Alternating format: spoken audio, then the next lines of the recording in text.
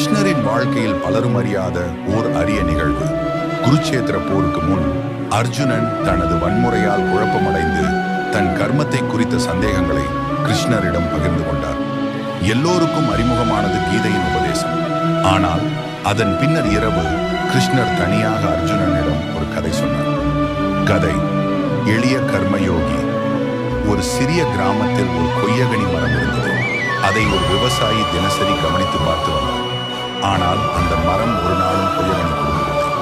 கிராமவாசிகள் அவரை கிண்டலடித்தனர். உனக்கு பயனற்ற மரம், ஏன் அதை விடாமல் இருக்கிறாய் என்றார். விவசாயி சிரித்து பாராட்டினார். நான் மரத்தை வளர்ப்பது எங்கள் பரம்பரையை காப்பாற்றும் என் கடமை. அது பழம் கொடுக்கிறதா அல்லது இல்லையா என்பதில் எனக்கு கவலை இல்லை.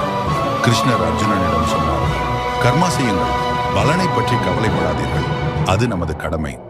இந்த கதை அர்ஜுனனுக்கு ஆழ்ந்த உணர்வை அளித்தது. அடுத்த நாள் போரில் அவர் உற்சாகமாக களம்